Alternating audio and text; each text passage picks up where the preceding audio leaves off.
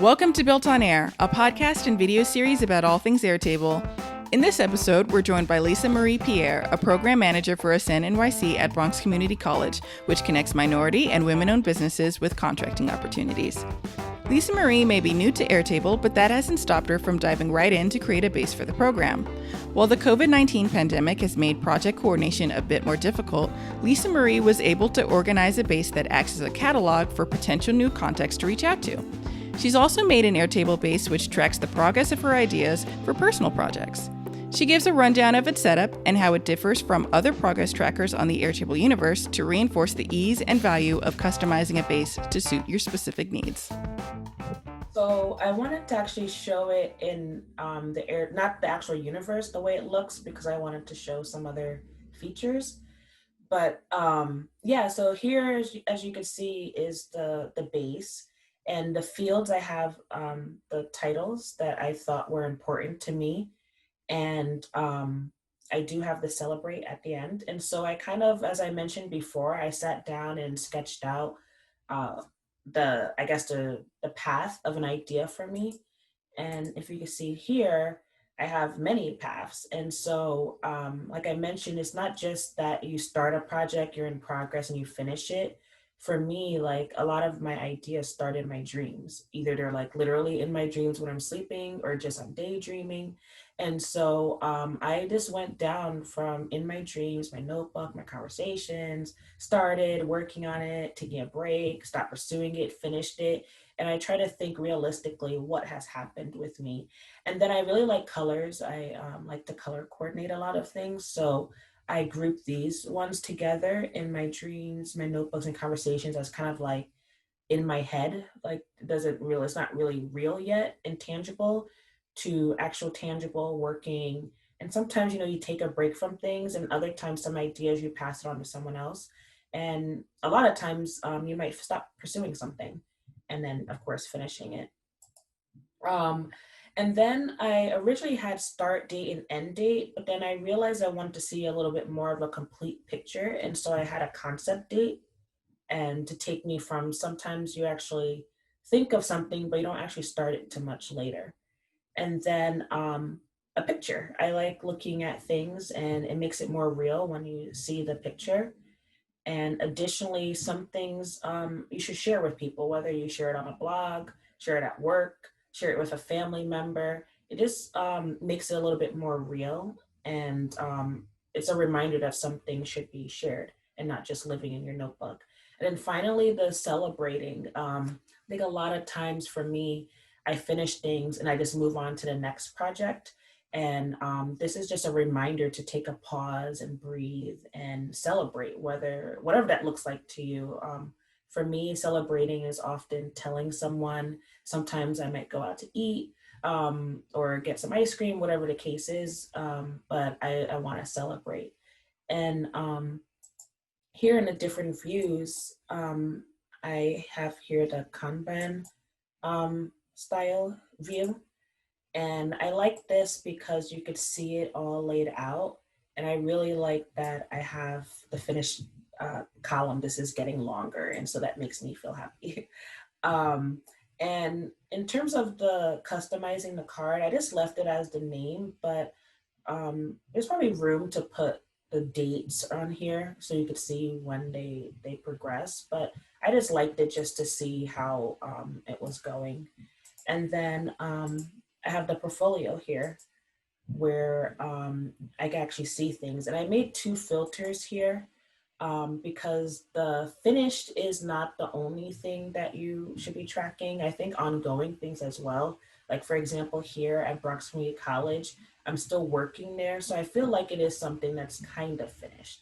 And so I sorted it by project status so that it would be kind of like in an order of things. And some things have pictures and some don't. But that was pretty much how I decided to organize this base. And then I shared it in the universe here.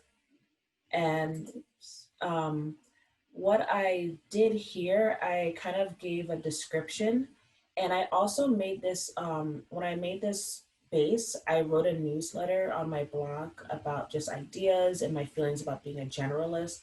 And I paired it with this Airtable, which is the first time I did that, doing a blog post and then pairing it with a base. And I really like how, the base looks in the universe. And I chose this little picture here of a butterfly, of just showing the process of an idea from the concept to the finished idea. Very nice. I think I just love the addition of the "Did you celebrate" column. It's so simple. It's just a checkbox, but um, lately I feel like I'm starting a lot of projects and I'm starting them concurrently. So I'm working on things at the same time. And so I'll finish one and then just keep working on the ones I'm already doing. And so it kind of feels like getting less of that satisfaction of, yay, I finished a thing. And just this little reminder to stop and say, congratulate yourself on doing what you set out to do. It's just a great idea to add. Yeah, it really is something that I've tried to start doing, because I had someone who pointed out to me when I said I did something, and she's like, "Did you celebrate?" I'm like, "Celebrate? What do you mean?" And it made me realize that it is important to celebrate, whatever that might be for you, whether that's like a TV show or anything, but just acknowledging that you took something from and like an idea in your head and made it something tangible. Right. So, how long have you been using this for yourself? I just started making this, I believe it was maybe it was June. June? Yeah, I think it was June when I did this. Maybe May. And so I went back because I knew I was gonna share it on the universe. It says here 2013, but I don't even think Airtable existed then. But I just went back and used these as examples for how the template would look. But in terms of myself, I believe I started using it around June or May. Okay. So, as you've been using it, for let's say like a quarter of a year, do you think as you've been putting things on, not just the ones you're like backdating that you've already kind of begun and started, the ones that you're currently working on, do you see it affecting how you approach projects or ideas? Yeah, I realize there are more things that I actually am doing, and I'm expanding what I think an idea is. And so, like, even here where I say I organized the draw, like the closet, like that's something, So it definitely has made me expand what I'm considering an idea, and just remembering, just as like something comes up, I go in here and I update it. Um, and that is something that I think is going to be helpful moving forward, because as I had to start thinking back, and I tried to think back on some major things that I was working on, I realized there were a lot of things I couldn't even remember. And so I like to journal. And so I feel like in journaling, it's kind of like a long form of where my life is going. But I feel like this is like a really quick way to just be like, look at these things that I'm doing. And it's really been helpful.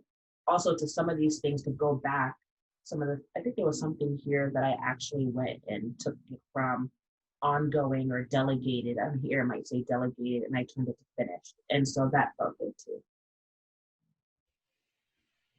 So, um, this is kind of like a, broad base level understanding of all of the things that you do. Have you found that you're like, wow, I'm doing a lot. Maybe I'm doing too much? Oh, all the time. Hmm. I'm always trying to reel myself back in and get a little bit focused. There's so many things that I love to think about. Like I mentioned before, I'm a really curious person, so I'm always like, oh my gosh, like I wonder what this would be or what this will do. But I think when I go in and I put things down, it always is helpful to make me pause a little bit. Something I've been doing a lot lately.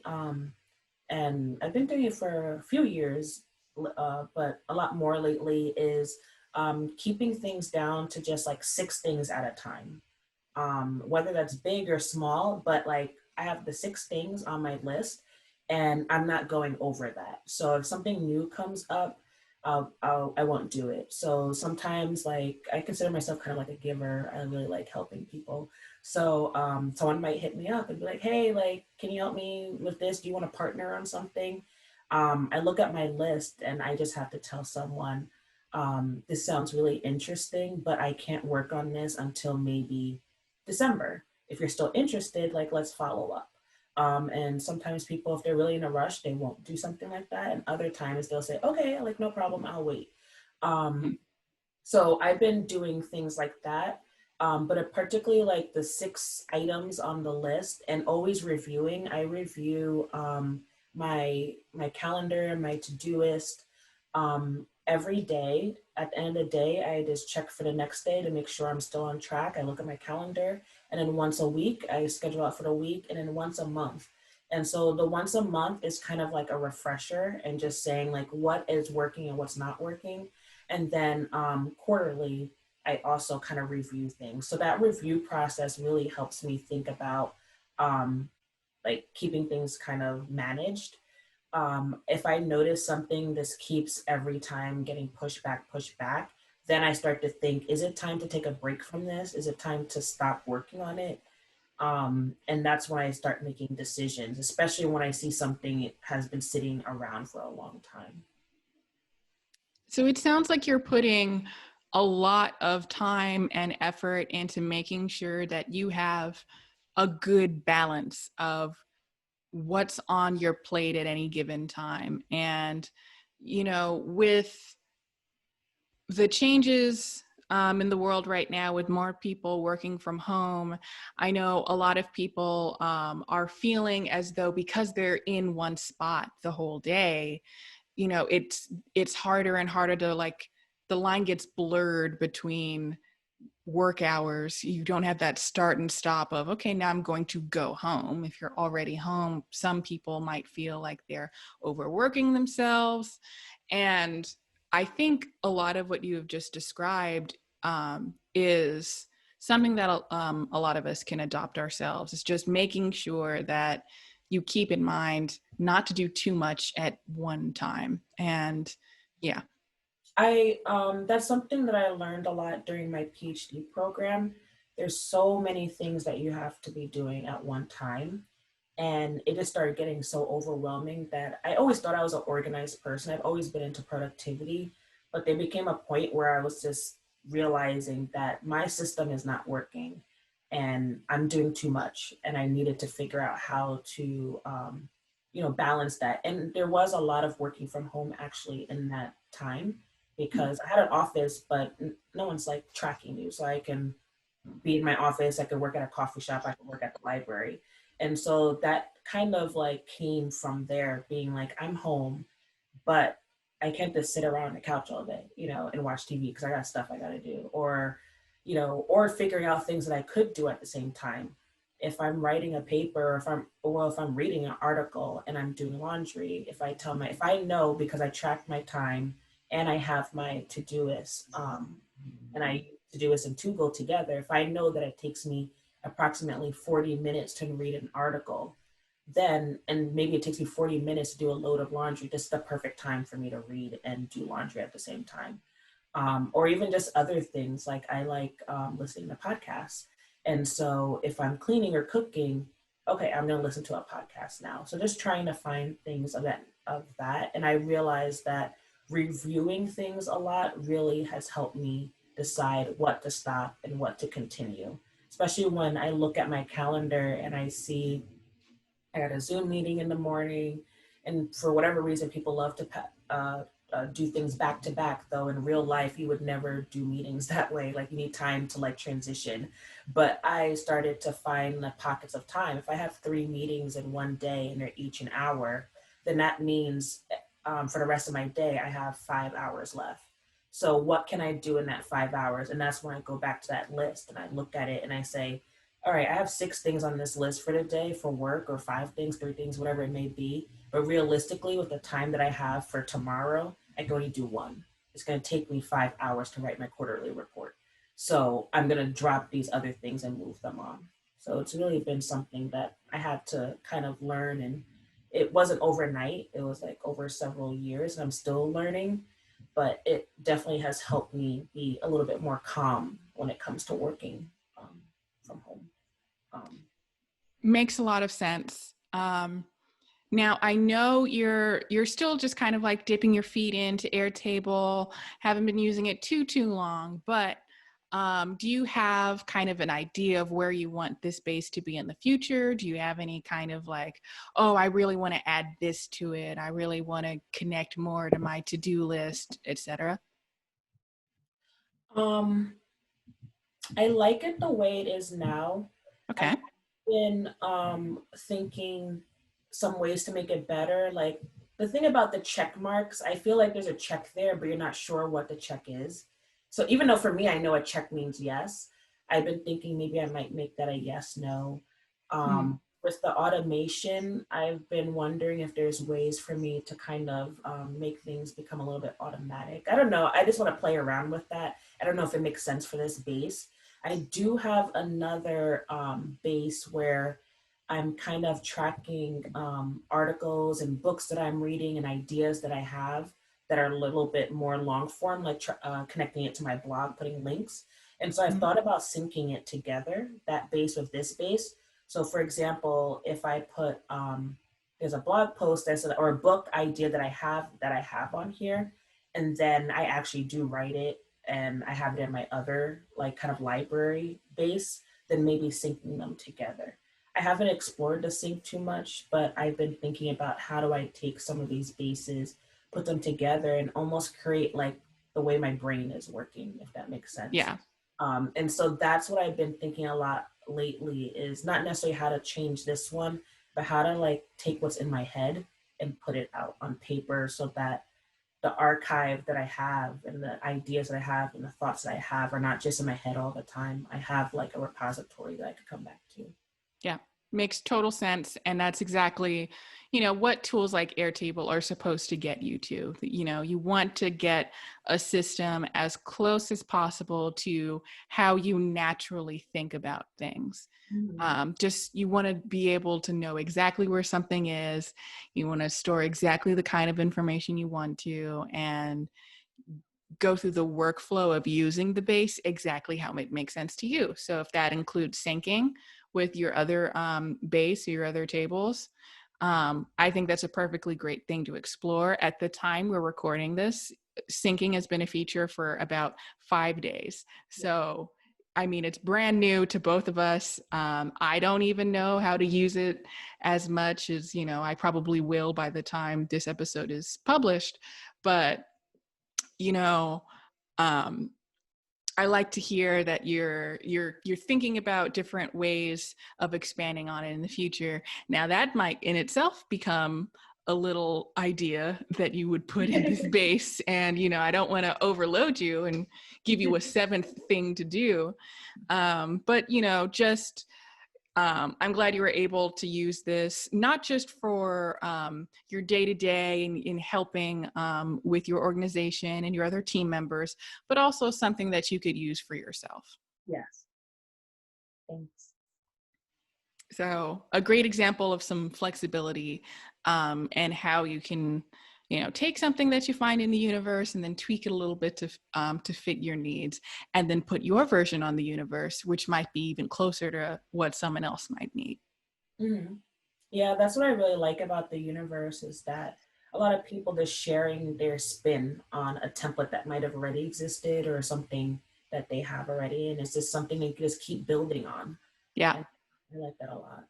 There's so many. I think Airtable doesn't target any particular market or industry, so it's used by people from all different industries and little pockets of use cases. And so if you're just starting out with Airtable and you want to build something, there's a good chance that on the universe there is something that's close to what you need. So I invite people to check out the universe, and especially the base that we're looking at here. Again, we'll put the link to it in the description. Um, I want to say thank you so much, Lisa-Marie, for once again being on the podcast and sharing with us how you do it, what you do, and how you've adjusted to what you do and what you've been able to build. Thank you. I appreciate it. Thanks for watching. If you enjoyed the episode, be sure to give it a like or hit us up on social at BuiltOnAir. We always love to hear your comments and suggestions. And don't forget to subscribe to catch new episodes when they release. It helps us keep the podcast going.